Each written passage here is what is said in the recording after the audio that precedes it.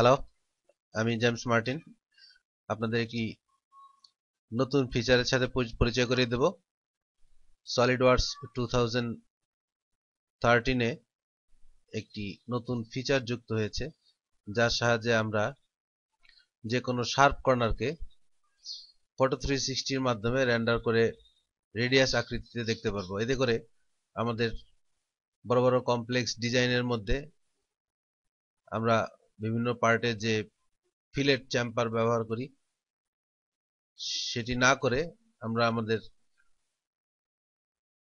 অবজেক্টগুলিকে sharp corner রেখেও rendering এ আমরা radius ফর্মে তা দেখতে পারবো। এতে করে আমাদের মেমোরি খরচ অনেক কম হবে।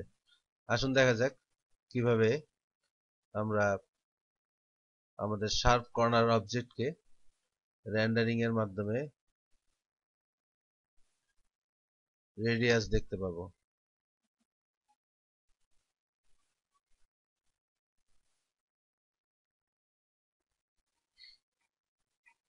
আমার এই অবজেক্টটি এখন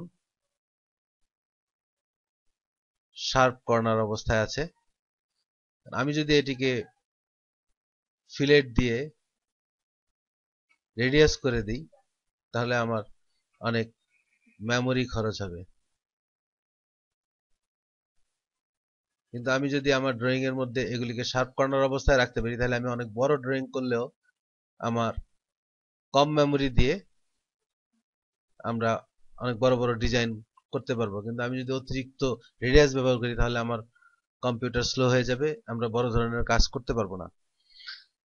সেই ক্ষেত্রে এই ফিচারটি আমাদেরকে অনেক হেল্প করবে।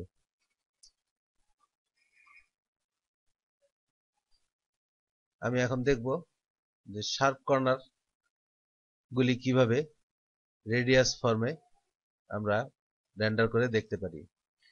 ফটো ভিউ থেকে এডিট অ্যাপিয়ারেন্সে গিয়ে ইলুমিনেশনের মধ্যে রাউন্ড শার্প এজ, এখানে আমরা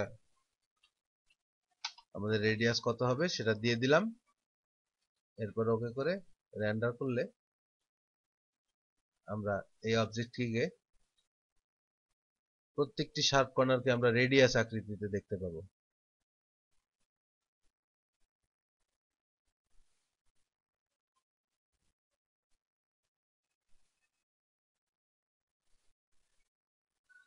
আশা করি সবাই বিষয়টি উপলব্ধি করতে পেরেছেন এবং এই ফিচারটি ব্যবহার করে কর্নারগুলিকে আমরা ফিলেট না করেই রেন্ডারিং এর মাধ্যমে এরকম রিয়েলিস্টিক রেডিয়াস শেপ আমরা দেখতে পারবো। অতএব আমাদের মেমোরি খরচ কম হবে এবং আমরা অনেক বড় বড় ড্রয়িং করতে পারবো। সবাইকে ধন্যবাদ।